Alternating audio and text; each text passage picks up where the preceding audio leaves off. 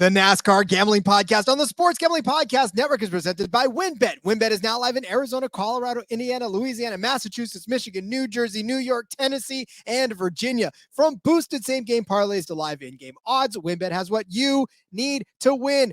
Bet $100 and get $100 at WynnBet.com or download the WynnBet app and start winning today. State restrictions apply. We're also brought to you by Sports Gambling Podcast Final Four Watch Party. This Saturday, sweat out your bets and win prizes with Ryan, Sean, and Colby over on youtube.com/Sports Gambling Podcast. And please make sure to fill out our listener survey. You're going to get a chance to win a $100 SGPN gift card. Just go to sportsgamblingpodcast.com/survey. Driver, start your engine!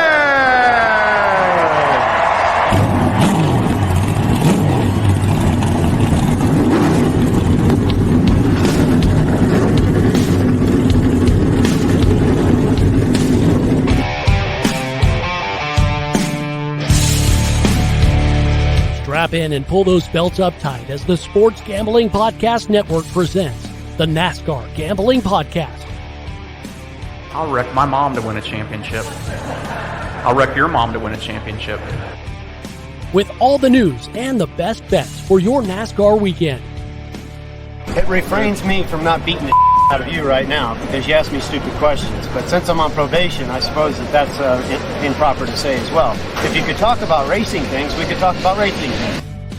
Now, here are your hosts, Rod Villagomez and Cody Zeeb.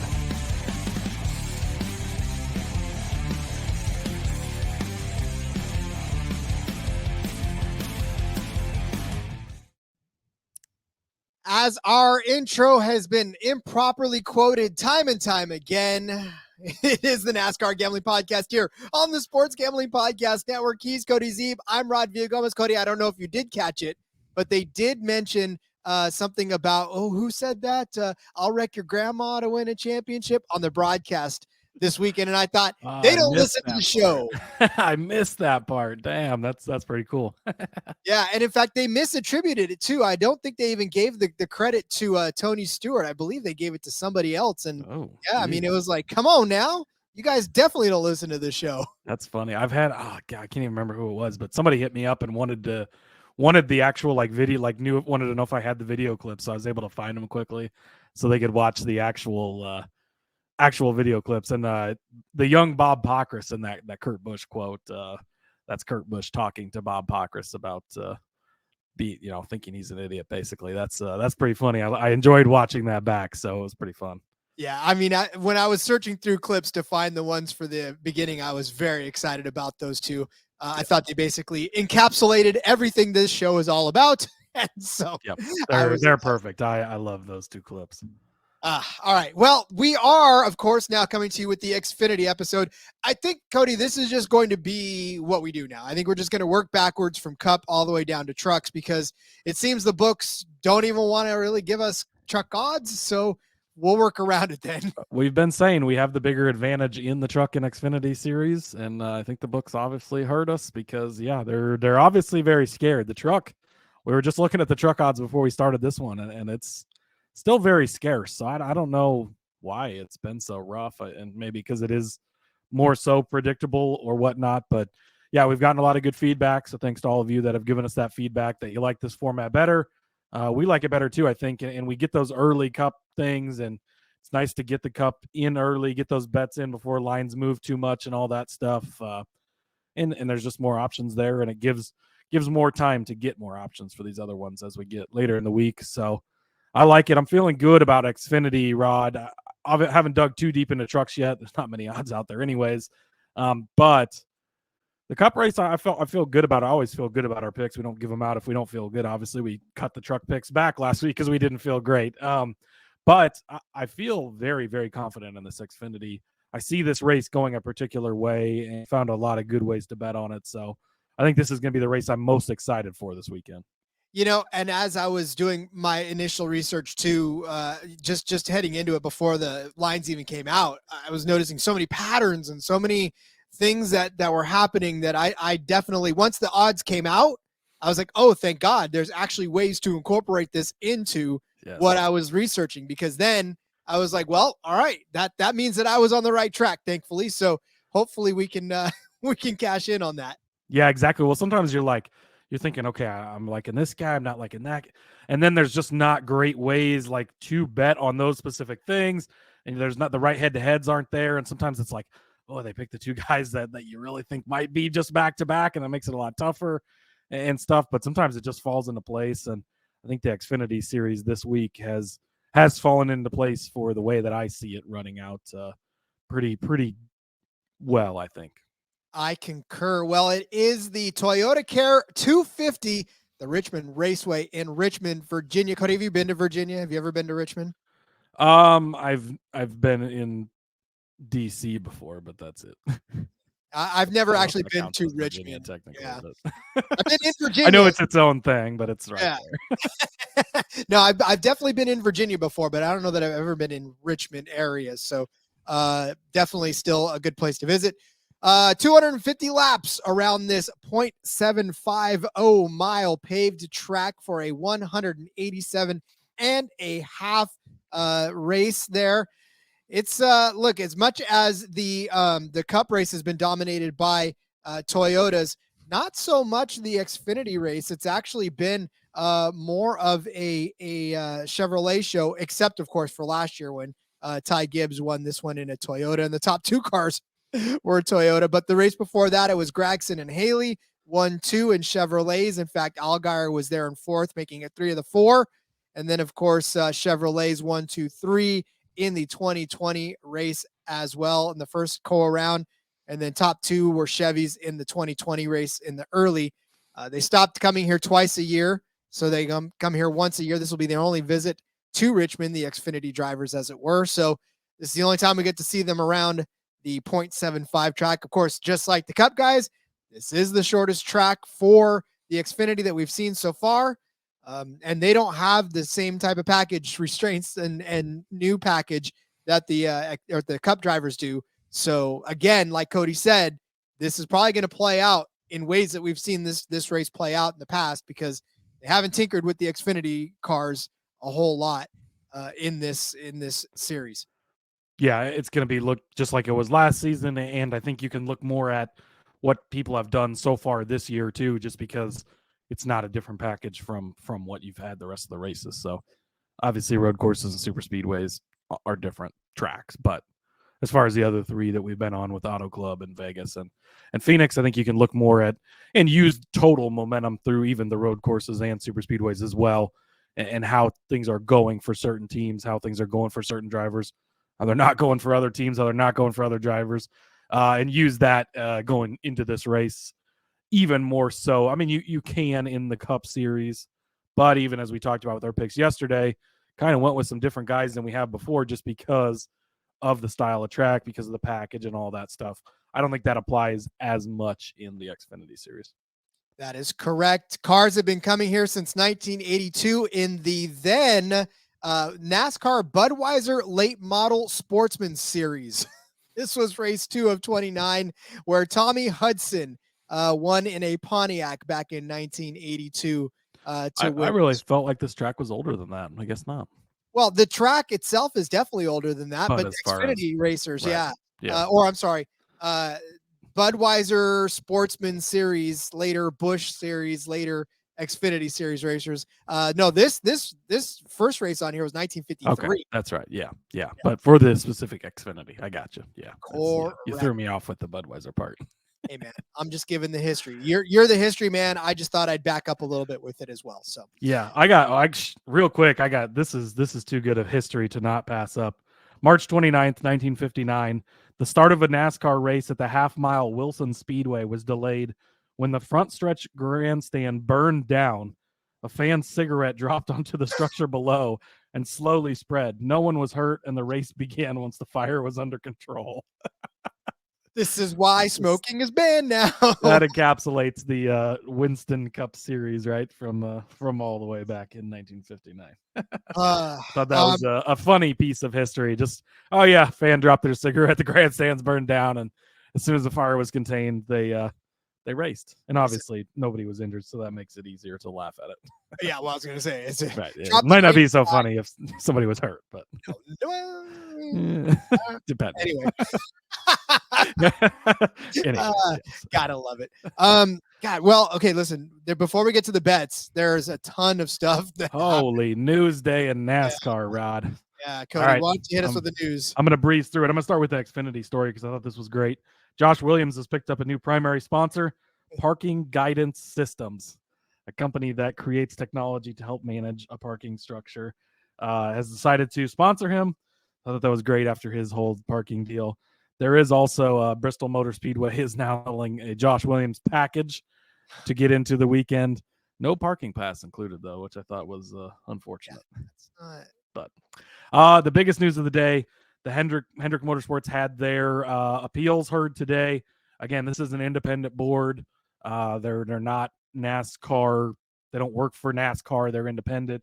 I don't have in front of me who was on the panel, but I know like Bill Lester, former Truck Series guy, was on there. There was a couple of other people that have been involved in the sport in different ways. They decided to keep the $100,000 fines in place, so each team was fined $100,000, so $400,000 for Hendrick total, and the 4 race suspensions for all 4 crew chiefs remain in effect. They've obviously served 2 of those already with Atlanta, with Coda, so they'll be out this weekend at Richmond. Next week is Bristol Dirt, I do believe. So they'll be out for those races, and then they'll be back.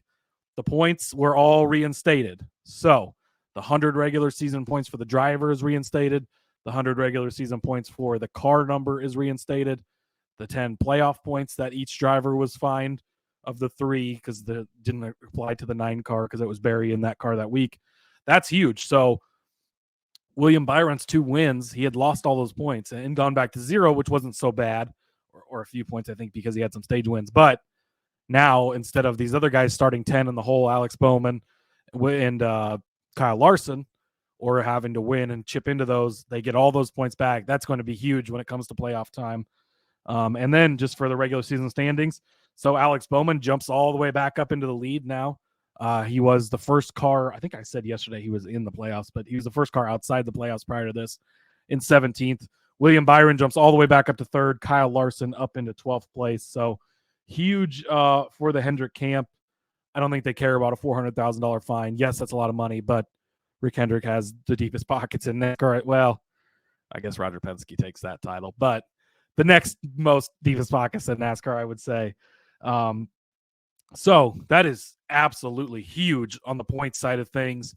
As far as, I don't think it was going to be an issue, these guys getting into the playoffs, although it could have seen something potentially.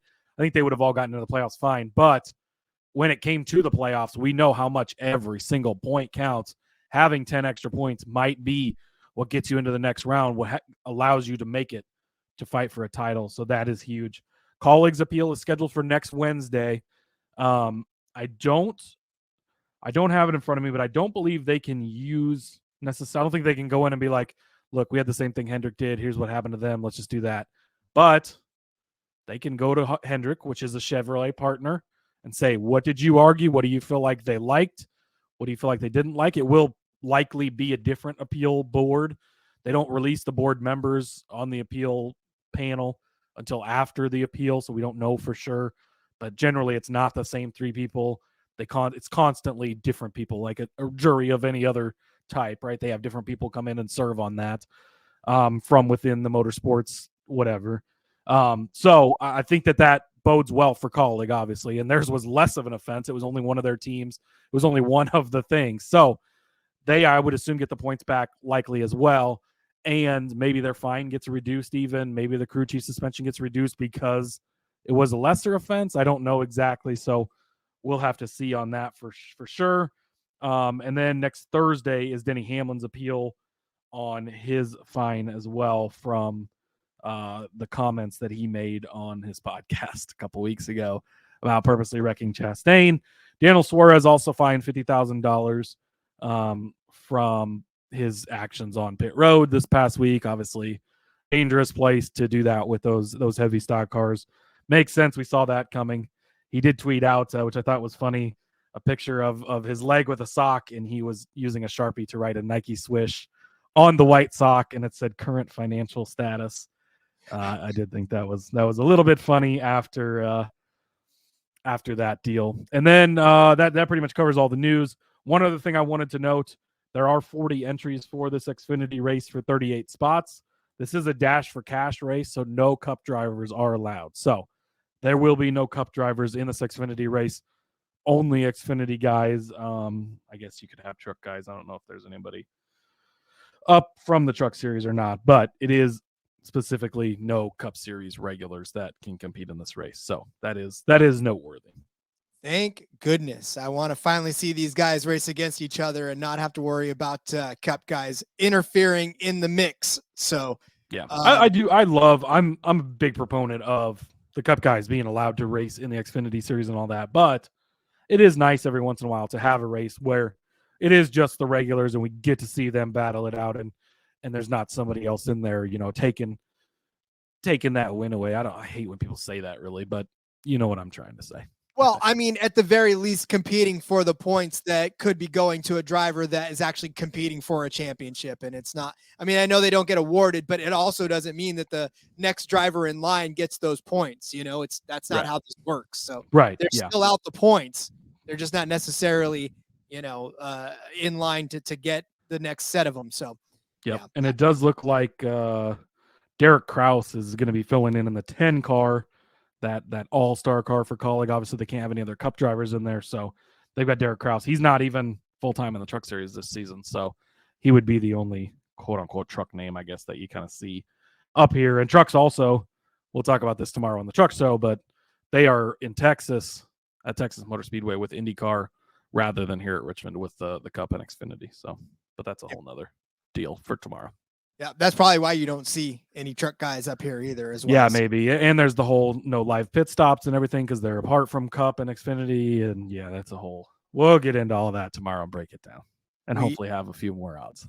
Sure will. All right, let's step away then. We'll take a quick break. We'll come back and we'll start laying out our bets for this ToyotaCare 250 from the Richmond Raceway in Richmond, Virginia. But first, let's tell you about WynnBet. It's the official online sportsbook of the Sports Gambling Podcast Network. WynnBet is now active in Massachusetts plus a ton of other states. Be on the lookout for the WynnBet Win Hour each Thursday from 5 to 6 p.m. Eastern Time. During that magical WynnBet Win Hour, marquee games of the week will have better odds on WynnBet, giving you a larger payout opportunity. March Madness is about to wrap up, but it's still here, and there's still so many ways to bet on the big dance. If you sign up today, you're going to get a special offer. You bet $100, you get $100. Limited, of course, to state availability. And for our DGens only out there, if you hit the biggest long shot parlay of the week, you're going to get a $1,000 free credit. Who doesn't like that? So much to choose from. All you got to do, head over to WynnBet.com or download the WynnBet app. Offer subject to change. Terms and conditions at WynnBet.com. Must be 21 or older and present. The state where playthrough WynnBet is available. If you're someone who has a gambling problem, call 1-800-522-4700.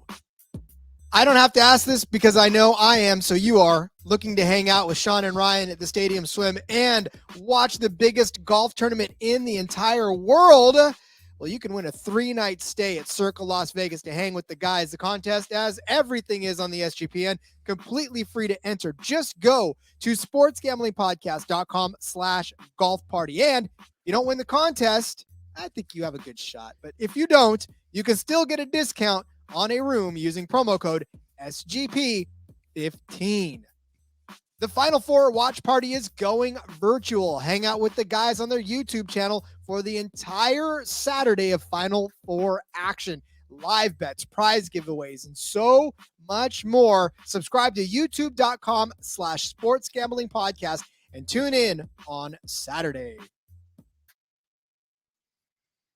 We are in for some fantastic Xfinity action on Saturday. Now, of course, we know weather will be a factor in the area, right? I mean, it's going to maybe possibly, again, I'm not a weatherman, but I've been hearing rumblings that Mother Nature may make it difficult to qualify and to do the things necessary to make this weekend a smooth running one.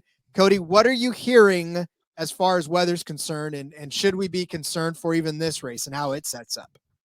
Yeah, I think we'll have to keep an eye on it. It is chance of rain is 60% is what I'm seeing right now. So we'll see. It doesn't specify what. I think that's during the day, but I don't know exactly time-wise what it will be. So yeah, I have no idea. We'll see. And maybe they use the wet weather package and we go with that. So again, with that, they won't race in the rain on an oval, but they will race on a damp track. So if it's raining, they would have to stop or not be able to start. They can begin then trying the track, and once they feel like it's dry enough, they can put on the wet weather package, use the tires. They've got the lights on the back. They've got the wipers for the spray from the other cars in front of them. Got Some the mud have flaps. flaps. Yes, got the mud flaps. So limit the spray, right? They're spray flaps, I guess you could call them. Or to burn it down, one of the two. Yes, or yeah, light the whole truck on fire flaps. But that is a possibility. That's something that we could finally see in use. So we'll have to keep an eye on it. It's hard to handicap that aspect of it. I mean, it's only a 60% chance, which I know is obviously greater than 50%, so it's more likely to happen than not. But the weather guys are wrong 99% of the time anyways. So, maybe it'll snow, maybe it'll rain, maybe it'll be nice, maybe it won't, maybe it'll be windy, maybe it'll be sunny, maybe it'll be cloudy. There's your forecast, because that's about all the weather guys are going to tell you anyways. So who knows? But it's not, I mean, it doesn't look like it's going to be raining all day. So I don't think we can put that too much into the handicapping side of things and just hope it's not chaotic. And maybe you take a long shot or two. I always like to have a long shot in there. So maybe that works out for the long shot because a couple guys get cleaned out because of the wet weather. Who knows? But I'm not going to bank my whole day on, oh my goodness, it might rain. And we'll keep an eye on things. And maybe as the week goes on, maybe as we approach Saturday, it looks like it's going to rain more. Maybe we will pivot and do some different things. I don't even know what you're going to do differently. I mean, we've never had a race in the rain or in wet weather conditions on an oval. So how much can you take from that? I don't know. Do you lean towards the road course guys because they seem to have better control? I don't know until it happens and we see it, what it's even going to look like. So obviously, if you're in the Discord, we'll talk about it if we need to, and if it looks like that's going to be the case. But I don't know. Well, I'm glad I'm not the only one then, because I very much did not take weather into account at all for this. Yeah. So I'm just playing this as if it's going to be a regular race, and I don't know what you would change specifically when we have literally it's never been done before in NASCAR. So I don't know what even you would change or how much you could pivot or how you even handicap the potential of that maybe possibly happening. Well, let's just be optimistic and pray that there's no rain, and we'll proceed as normal. So I like that approach. I am always the optimistic man, so I will continue to stay sunny and bright. I like it. All right, sunny and bright is also what your outlook is for the betting card that we're about to lay out for you. A lot of good stuff on this card. I'm looking at it. I love what I'm seeing so far. Cody, why don't you start us off like you always do? Got to kick it off with a one I really like. Of course, the JDK, he's always on top of it in the Discord. He was just talking about Riley Herbst in there as I was looking at the Discord right before we started recording. I'm going to kick it off with Riley Herbst, top 5 plus 350. What is Riley Herbst going to do for you every week, Rod? He's going to finish in the top 10. We don't get top 10 odds in Xfinity. Unfortunately, if you do, or, there's billions of different options out there. Different people get different things. If you do, hammer Riley Herbst top 10 pretty much every week. Guess where he's finished every week so far this year, Rod? Top 10. Yes, I think so. I think he maybe had 11th place in there, but that's close enough to the top 10 that I like it. But no, Riley Herbst, again, he's so consistent. We don't have he finishes 10th inside the top 10 almost every week, and that's with Cup guys in the field a majority of the time, sometimes multiple Cup guys. So you go back to last year at this race, he finished 5th. Ty Gibbs and AJ Allmendinger both finished ahead of him. Guess what? Both those guys are in the Cup Series, no longer in the series now, right? And there's people in those cars now, of course, and stuff. But those guys are gone. You go back to 2021, 2 seasons ago, also finished 5th. Noah Gragson, Justin Haley both finished ahead of him. Also guys, excuse me, that have moved on and are no longer in the series. You go back to a couple of weeks ago at Phoenix. We talked about this in the Cup Series. This is the closest recent comparison that we have of this season. Guess what? Riley Herbst finished in 4th. That's in the top 5. So 2 seasons in a row in this race, he's finished in the top 5. Finished here at Phoenix a couple weeks ago. He has finished top 10 in every race this season. And then last year at some comparable tracks. So Nashville, I think, is actually a very comparable track as far as it's flat on the straightaways, the same exact 14-degree banking in the corners. This is a 3/4 mile track. That's like a 1 1/4-ish mile track. So it's bigger, but fairly comparable as far as the flatness, as far as the flatter but banked in the corners. And he finished 3rd there last season. You go to Martinsville, not super comparable, but it is a shorter, flatter track, 6th and 3rd place. You go to Bristol, which is, again, another short track, 5th place there. So Riley Herbst gets it done. We know he's going to be in the top 10 already because he is every single week. He's so consistent with that. And just to ask him to get into the top 5 with no Cup guys in the field, with the way he runs consistently every week.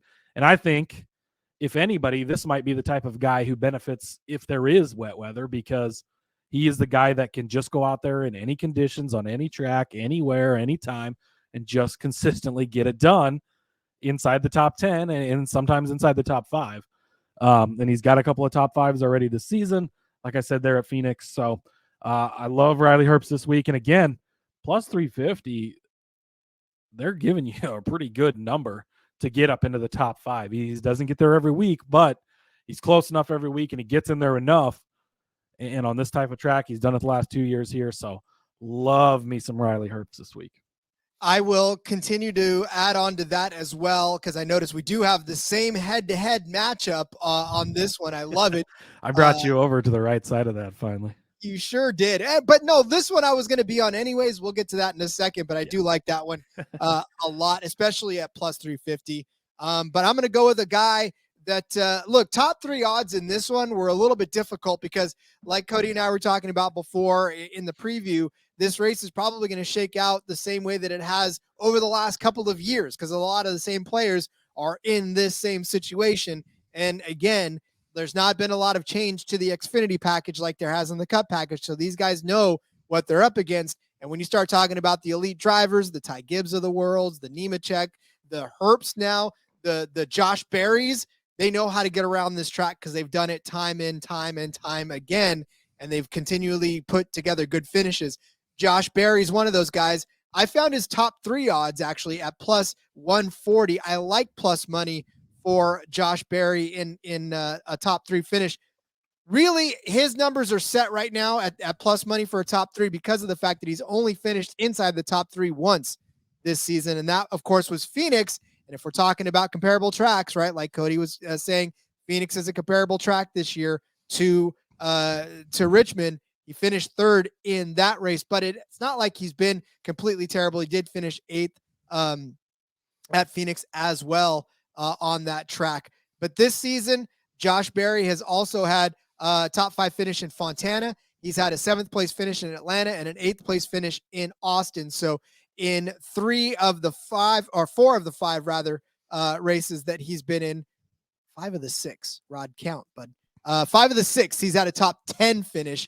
And a couple of those were top 5 finishes, ever so close. But we also know that there's been Cup drivers in the mix in a lot of those races that actually were up in the top couple of spots. In Richmond, he's had 3 Xfinity runs in this track or on this track, 2 7th place finishes, and unfortunately a 24th place finish in 2021. But just outside of the top 5 in both of those. Again, I just think that this is an opportunity for Josh Berry to actually have a better day, especially hanging out with all those. You talked about guys that are missing from the other races, the Ty Gibbs, the Noah Gragson, right? Those guys are gone now. Harrison Burton was a name that was in the top 5 in the race that he was in. So you take those names out of it, that puts Josh Berry up at least 4 more spots. And, you got a decent finish and a top 5 finish. And then even a top 3 finish is what I'm hoping for at plus 140. Like I said, I very much like this price. I just think he's due.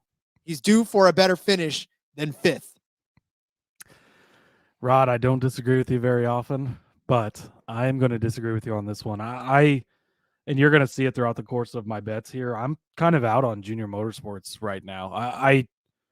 We haven't really seen it from them. I mean, they sort of look like the Ferrari of F1, right? Like they're constantly getting in each other's ways. We've had like 5 races in a row where they've at least one JRM car has wrecked another JRM car. I hate to do it because JRM is obviously one of the top dogs every year in the Xfinity Series, and they probably figure it out later on in the season and they'll be fine. And we'll be looking back and be like, wow, remember when they had this rough start? Like they look great now, right? But it's been pretty rough.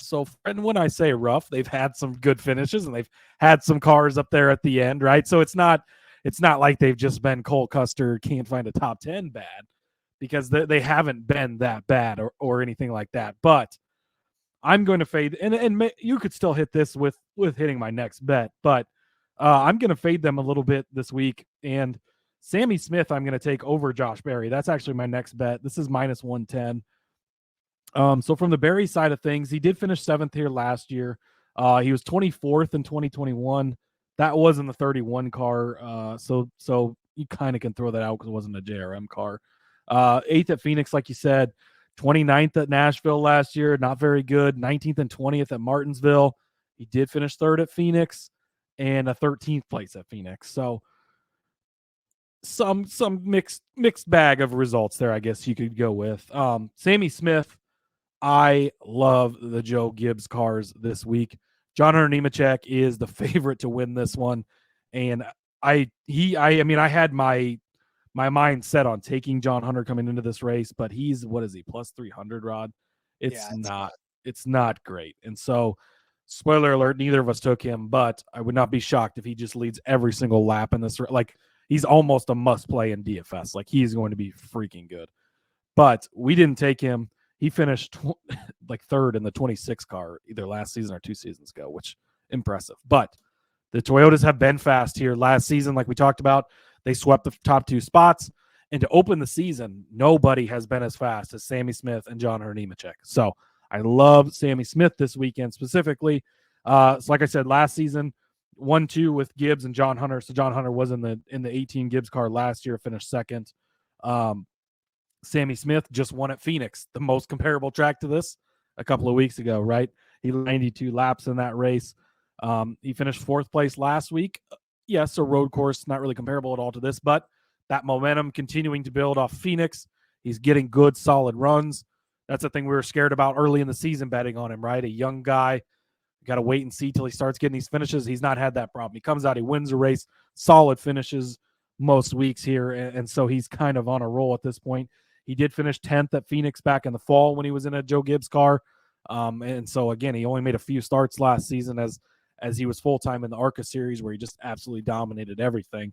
But I love Sammy Smith this week and kind of going to fade JRM, and I hate to do it because they could pop up and finish 1, 2, 3, 4 in this race, and I wouldn't be that – I'd be a little shocked because of how they've been running, but I wouldn't be that shocked.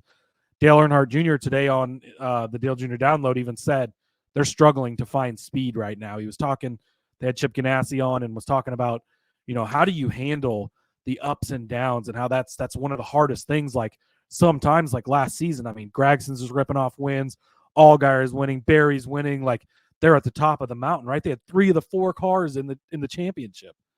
And this season, it's been a very rough start to the season, struggling to find speed. They're getting in each other's ways. They're not gelling as a team yet. And although I think that does get better as we go farther into the season, I'm going to fade them for now. And you can't deny the speed that Gibbs has had so far. They did it just great in this race last season. Again, the Toyotas have been fast here.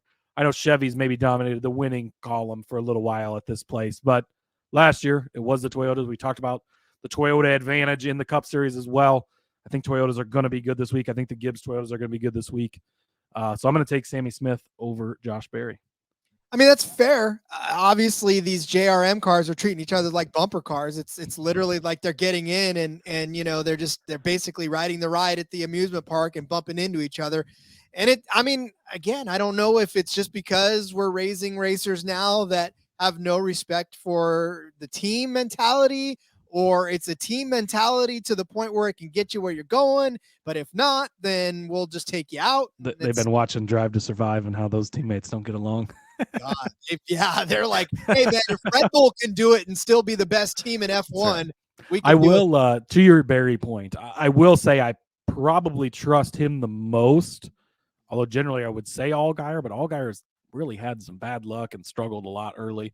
Barry is probably the guy I trust the most. So if you're going to take one, it is probably Barry, but I'm just out on JRM at the moment.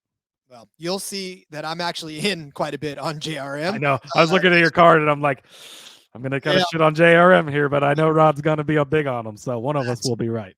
Well, and it's probably going to be you. So we'll just, we'll go there. Oh, it says the guy who went 3 for 3 last week. Okay.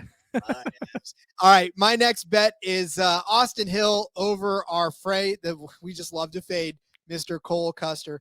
Look, I'm telling you right now, and I made this point on Derek's betting show on Twitter, the Twitter Space betting show, to which I was kind of rebuked a little bit about talking about momentum. That's all right, but I'll take it. Huh. Austin Hill. I haven't had a chance to listen to that yet. We were at softball, but I'm excited to go back and listen to you on that. Go check that out over on Twitter at Picks by Blaze. You can find the Twitter betting show there. Yeah, no, it was a good show, and I mean, I had to defend myself, and so I did. But Austin Hill, were it not for an engine problem, would have made a much bigger noise in Austin. He had a fast car. His 12th place start was not necessarily indicative of how fast his car was. We kind of got robbed. He only got to make 13 laps around COTA, and we didn't necessarily get to see what that 21 car had for us. But we have seen what that 21 car has for us this season, right? 3 wins, a 6th place finish, and a 7th place finish this season. He's only got 1 Richmond race as an Xfinity driver. He started 4th and finished 18th in that race. So can't necessarily say that you're thrilled by that. But on short tracks in general, he's made 4 Xfinity starts. He's got 3 top 10s and 2 top 5 finishes in this series. And again, I mean, look, he's one of the hottest drivers right now, and you definitely can't overlook that. Whereas we were big on Cole Custer. We were pretty high on him and thinking about him coming back and basically just dominating this series. Well, he has done exactly the opposite. In fact, after a 9th place finish at Daytona, where we thought, okay, that's not bad. You know, he's getting his feet back. He's been in the Cup car for a while. Maybe we'll see better finishes from him soon. Well, 27th at Fontana, 12th at Vegas, 12th at Phoenix, 12th at Atlanta. What do we talk about? Daniel Humbert coming in 12th? Well, Cole Custer has been the 12th place car of the field this season and 32nd in Austin. Now, look, he actually did run 45 of the 46. He went a lap down and just had a very terrible day as well. Got caught up in the mix for Cole Custer. But, you know, he has not been his normal self. Now on Richmond, I'll say he's got a great track history, right? In 2019, he finished 3rd. He won it in 2019. He's had a 6th place finish in 2018, and then a 6th place finish again in 2016. But outside of that, it's been 13th, 14th, 15th.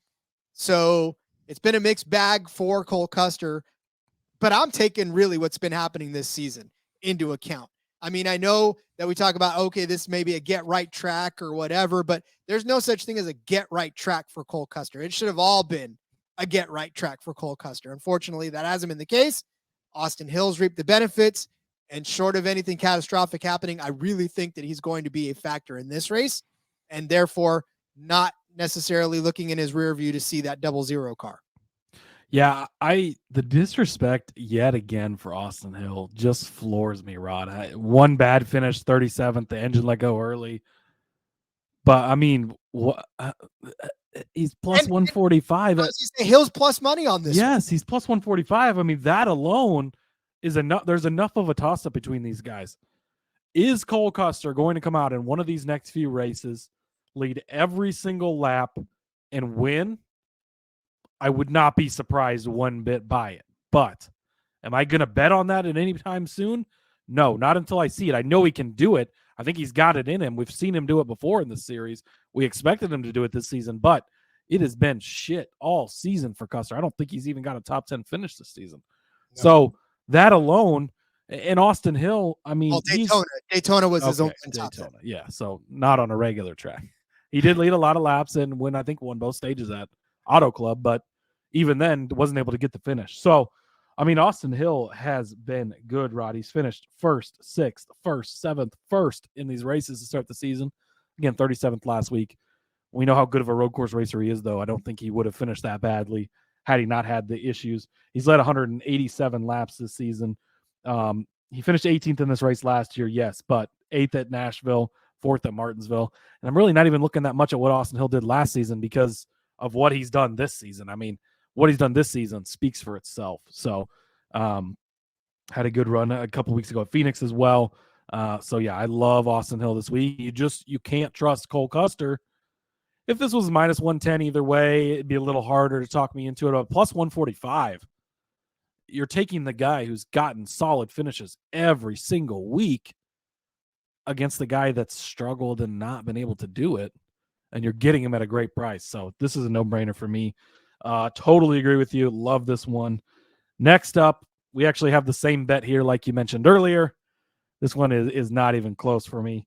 Riley Herbst over Daniel Hemrick, minus 120. What did I say about Riley Herbst? Always going to finish in the top 10. Daniel Hemrick, he's finished a little better the last couple of weeks, but we're going to throw those out, being super speedway in a road course.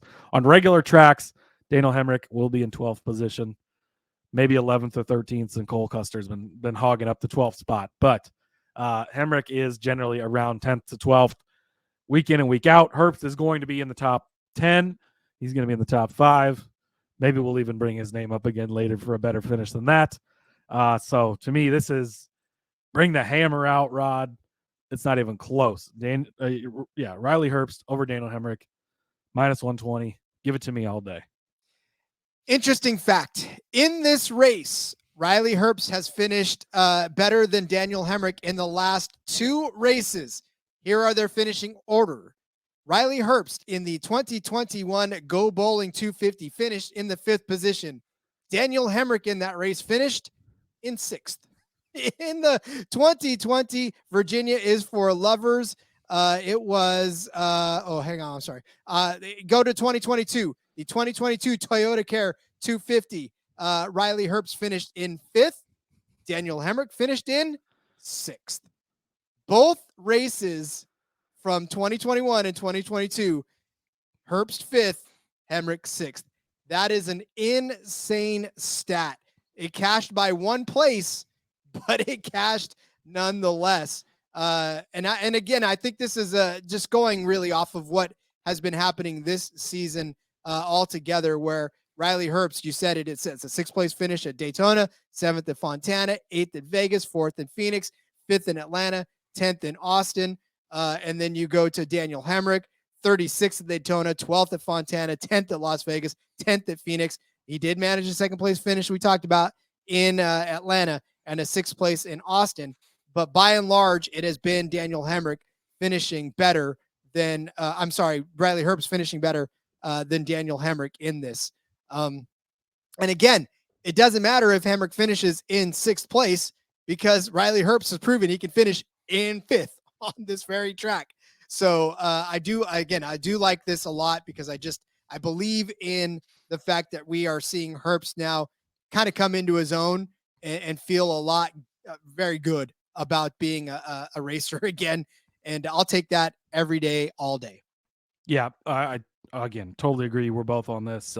And Hemrick, he has had good finishes the last 2 weeks. I'll give him that. We'll see if he can do it on an oval. Like you said, 6th place here the last 2 seasons. Even if he does 6th place again, I think Herbst is still going to finish better than him. So I really like this one. Next up for me, another head-to-head. I got more head-to-heads than normal this week. I really liked some of the ones that were out here. This one included Chandler Smith over Sam Mayer. Again, fading the JRM guys. Sorry. But this is at plus 100. Again, another plus money one that I really like. You go back to the most comparable track a few weeks ago. Chandler Smith finished 5th place. He led 115 laps at Vegas I think that was a week before. 4th at Auto Club. He won the Truck Series race here at Phoenix, or at Richmond last fall, led 176 laps in that race. 3rd place at Phoenix last fall as well. in the Truck Series. So Chandler Smith has proven he can get it done on this track before in the Truck Series. And the way he has started this season off with a bang, I mean, he has showed up. That race that he led 115 laps at Vegas ended up losing on literally as they took the white flag, which was nice for us Austin Hill 20-1 bettors. But I mean, Kyle Busch was in the same equipment in that race, and Chandler Smith is the guy in the Kaulig car that dominated that race. AJ Allmendinger's had a couple of solid finishes here the last couple of years in Kaulig equipment. Even Daniel Hemrick has been able to finish 6th in Kaulig equipment the last couple of times here, Rod. So I think Chandler Smith can definitely do better than that. Love him. You go to Sam Mayer. He finished 11th at Phoenix. Again, that's not a horrible day, but he's only led 5 non-super speedway laps so far this season. He did finish 3rd place here last season, so I will give him that. And he had a 5th place run at Nashville as well. But that's when things were clicking well for JRM. That's when things were going well. You go to his Phoenix finishes last season, 23rd and 34th place. So not always great at this type of track. And just, again, it's the way that they have started the season. I know he looked great early on at Daytona. He was doing great until he ended up upside down. I think he even finished 2nd at Auto Club, maybe. A great start to the season, but then it's just JRM has just continued to struggle. They continue to get in their own way. And until they can figure things out, I'm going to continue to fade them. And Chandler Smith has impressed. I mean, he's shocked me. I did not expect this from Chandler Smith early in the season. I don't think the books even want to believe it yet, maybe, and that's why he's being held back a little bit here. Again, plus money on this one. I like it, so I'm going to go with that. All right. Well, I will tell you why I'm going to take the other way of this. And again, we're battling big on this show today, Rod. We are. We don't necessarily butt heads this much, but we're on it. But look, here's the thing. I don't know if it's just because I feel like at some point they've got to get it figured out, right? I mean, we're what now into the 7th race of the season, and at some point this JRM team is just going to figure it out. Maybe they've gotten taken to the woodshed after 6 bad weeks. I mean, this isn't a New York Jets team, right? That will come out every week and just suck. They are a good team, and they just need to get whipped into shape. And I think something about this is going to click. And this is a track where they have had success, and I think that they can do this again. And I think maybe this is the week. Now, look, I'm not going out here and telling them they're going to be all like good, but I like that JRM 1, 2, 3, 4 finishes loading. Right. I'm looking. If it happens, I'll be happy, because if the right person's there, I'm okay. But here's the thing. I'm picking Sam Mayer to win Group C. If you want to know where that group is, let me know. You may not after I read off these names. Who knows? But I like Sam Mayer because I don't want to know, Rod. I know you don't want to know, and that's fine. Group C in this particular grouping has Cole Custer, which we already know. Sam Mayer is going to finish over Cole Custer, but Cole Custer is the favorite in this at plus 175. All right. And then there's Chandler Smith at plus 185. Sam Mayer is at plus 230, but riddle me this, Batman. Austin Hill's at plus 330. I almost might switch to that given what I've already talked about. I contradicted myself. But again, I think Sam Mayer stands a good chance of possibly coming away with this. Because look, as much as I know that Austin Hill's had a lot of momentum, he could get caught up in something later in the race. Cole Custer is probably going to get caught up in something early.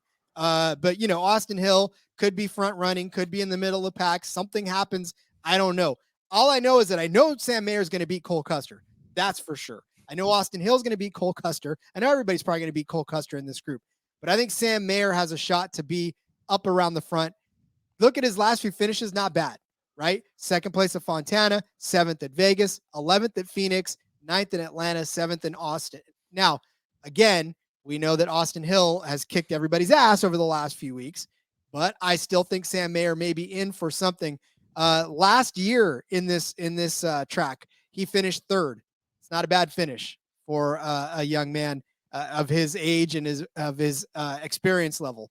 So again, some point JRM's got to get something figured out, and they can't keep doing this, especially on tracks where their drivers have had success. Short tracks for Sam Mayer in his Xfinity career, 7 races total, 4 top 5s, 6 top 4 or top 10s rather. So he's only finished outside of the top 10 in one short track. We were at a road race last year. So, they're changing up these styles on us so much. It's hard, Rod. It's hard to keep up with what type of track we're at this week. Can't just when he's been driving, he's been good. No, listen, I just think he's got an opportunity this week.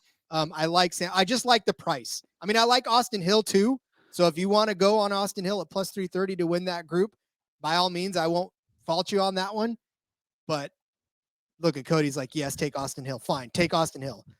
Just sprinkles. Yes, I like Austin Hill in that group. Yeah, I mean, you could take both of them and make a way to find it positive, but I would just take Austin Hill personally. But again, you can't count the JRM guys out. I mean, you just read off his finishes. It's not most drivers would take those finishes every week. Like, they're not horrible. So it's you're not just completely off base throwing Daniel Hemrick out there to beat a bunch of people or something. So I won't go too crazy on you.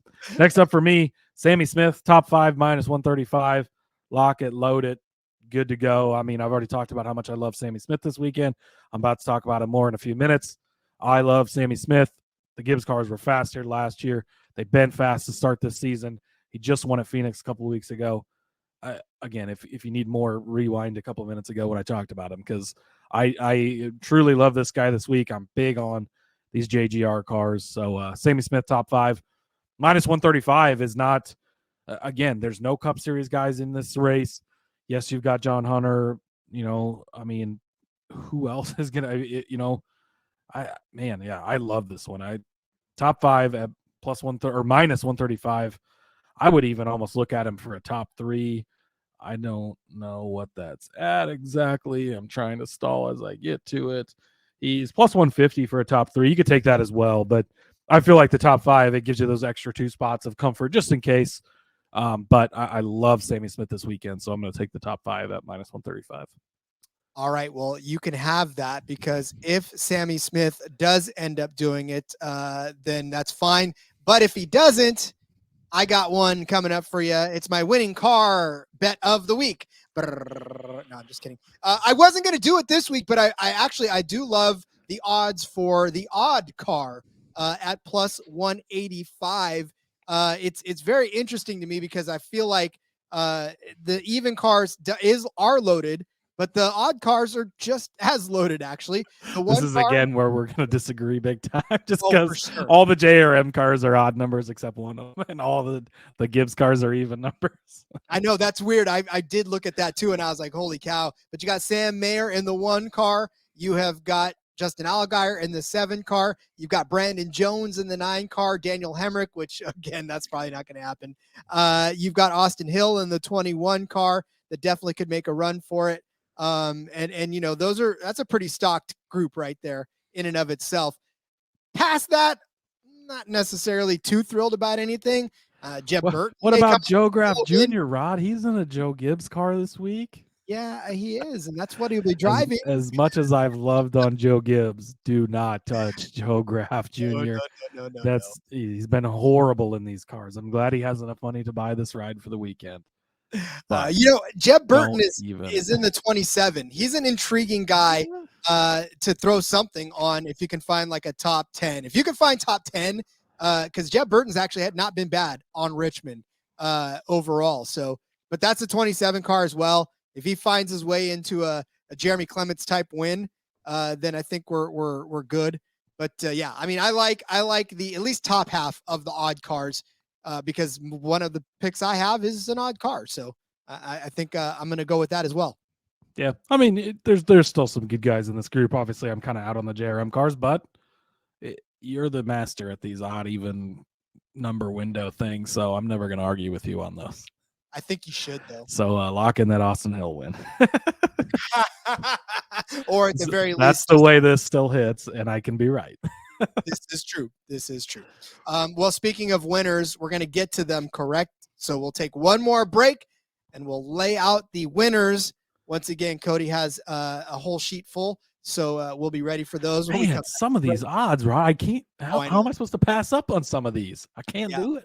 It feels like super speedway pricing on short track. We'll get into it in a minute, but just giving us gifts. Yeah, we'll take them. We'll continue to take them if they give them to us. So, That's right. all right, we're going to take a break right now. When we come back, we'll have our winners.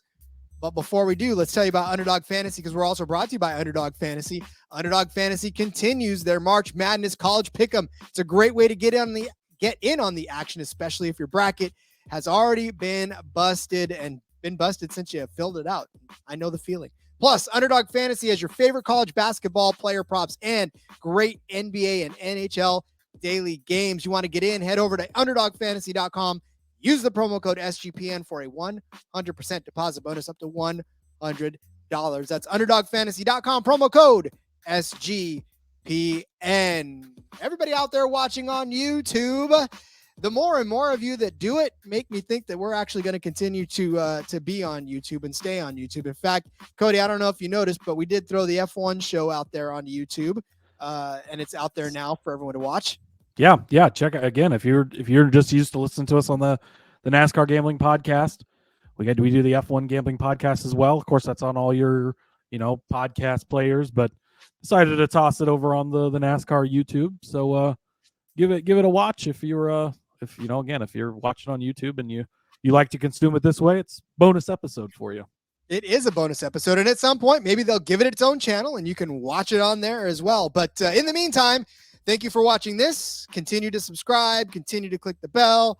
If you've already done so, we appreciate you. Comment, like, share it with your friends, play it in the barbershop as people are trying to get their hair cut and they say, "What is this crap?"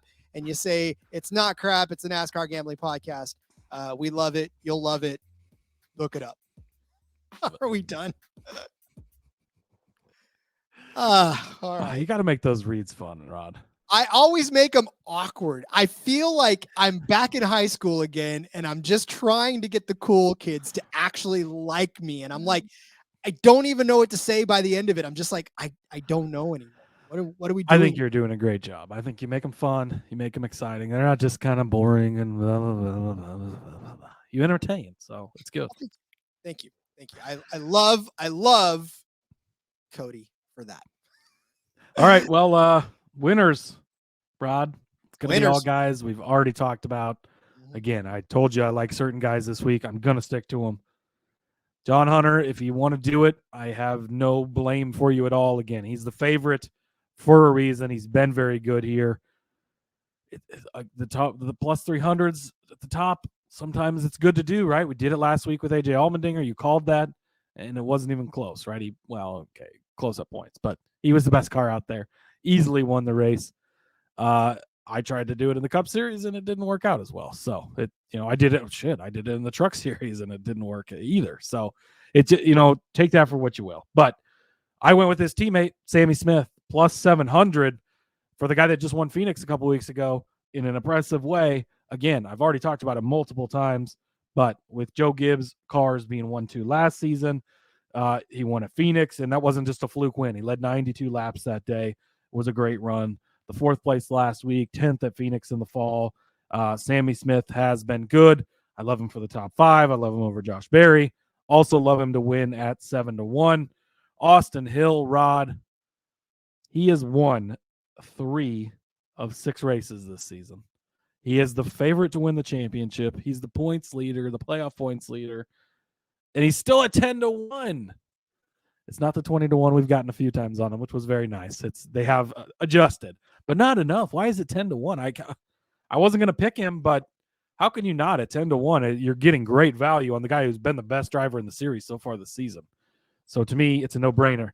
Also, let me know if you notice a pattern here, Rod. I'm going to read off Austin Hill's finishes. 1st, 6th, 1st, 7th, 1st, 37th.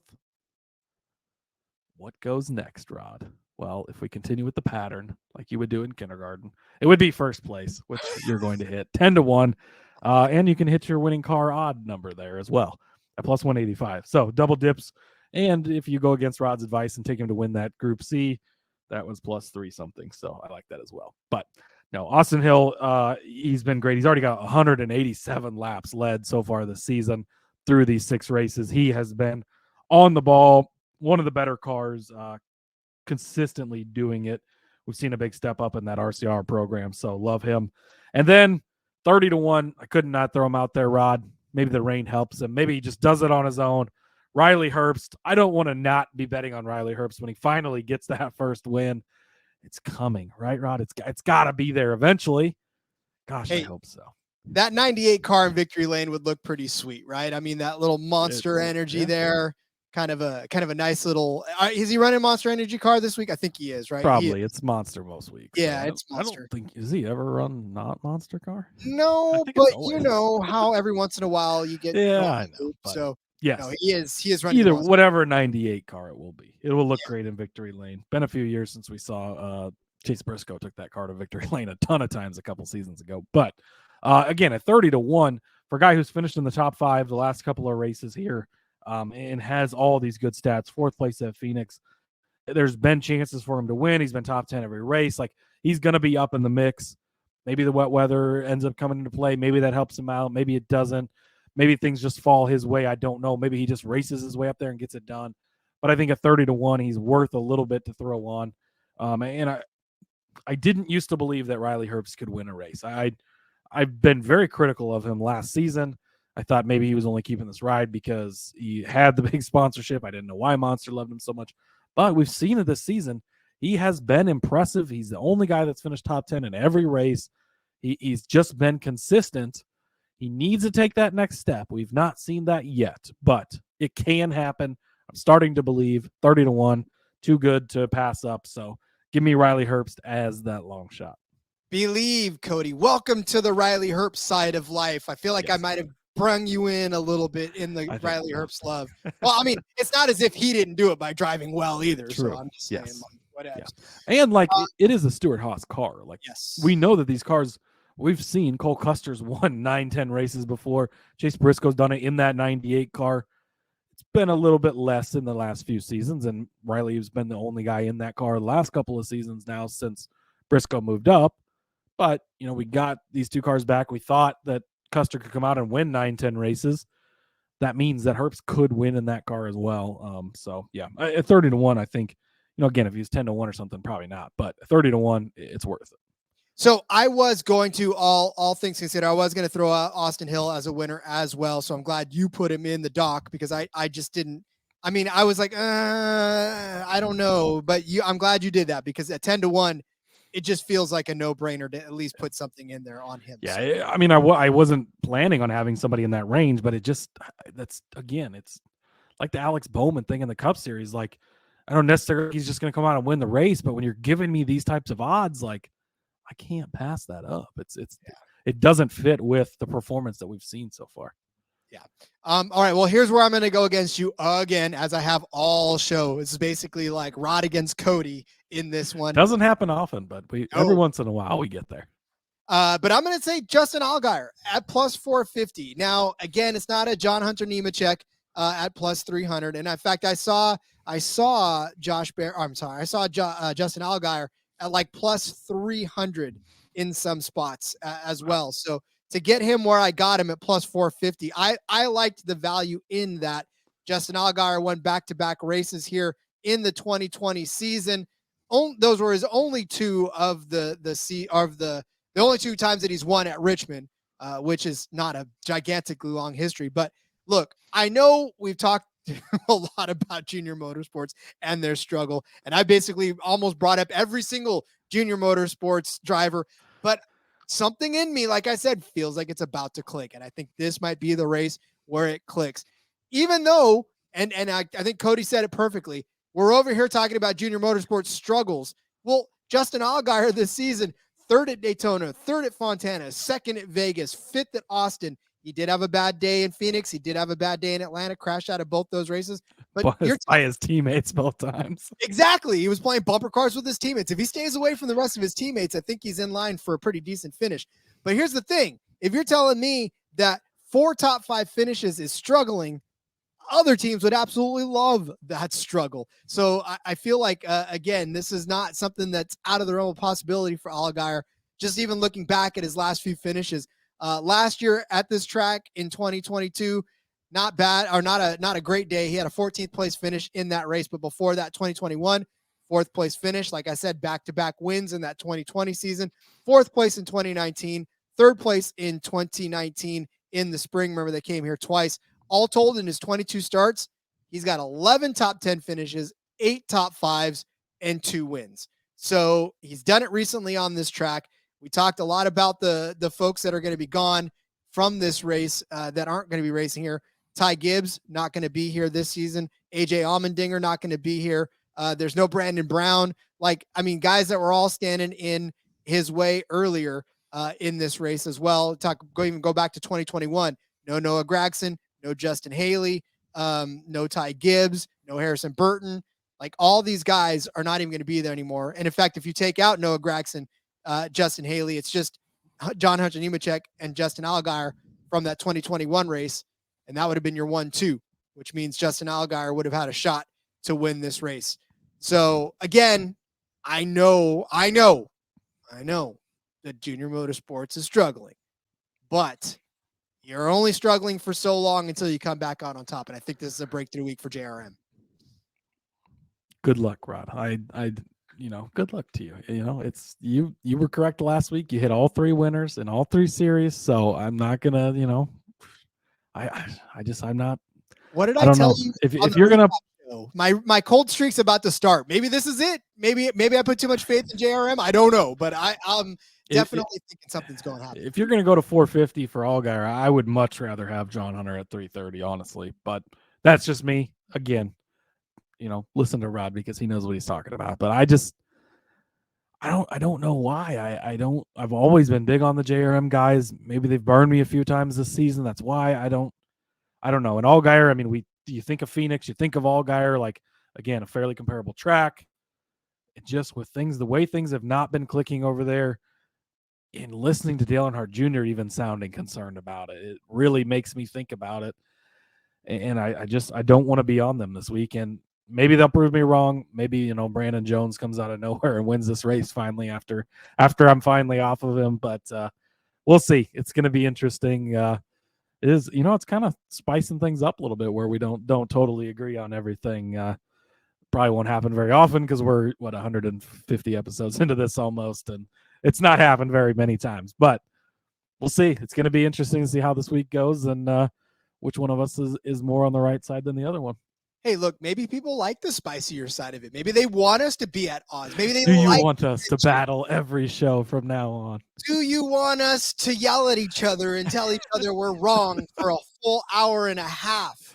I for one, don't have the stomach for that. I feel like, doing 5-6 shows a week together, we probably wouldn't be very good at that. I don't know that. Yeah. And I think we get along too well for that. I was going to say, I think we built the listener base pretty much on the fact that we've been likable guys. So I think we'll keep that dynamic, shall we? Yeah.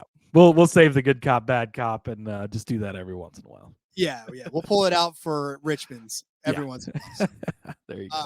All right. Get your pen and paper out. We're going to go over the bets as we do.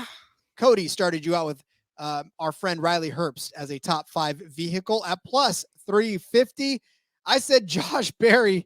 I'm laughing now because of JRM. That's a top 3 car at plus 140. And then Cody followed it right up with Sammy Smith over Josh Berry at minus 110. Your heads are going to be spinning by the time this is done, guys. When you're going to fill out your card, you have no clue what you're doing. It's like you're going to go up with a voting ballot and just be like, I don't know any of these guys. I'm just going to start filling in bubbles.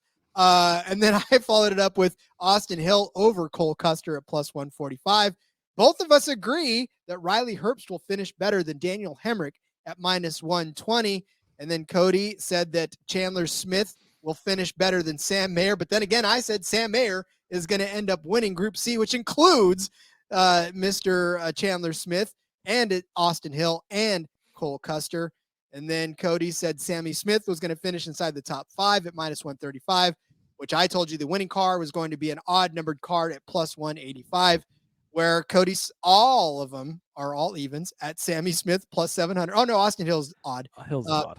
Austin Hill at 10-1 and Riley Herbst at 30-1. And then I said Justin Allgaier was going to win this race. He is an odd number, by the way, at plus 450.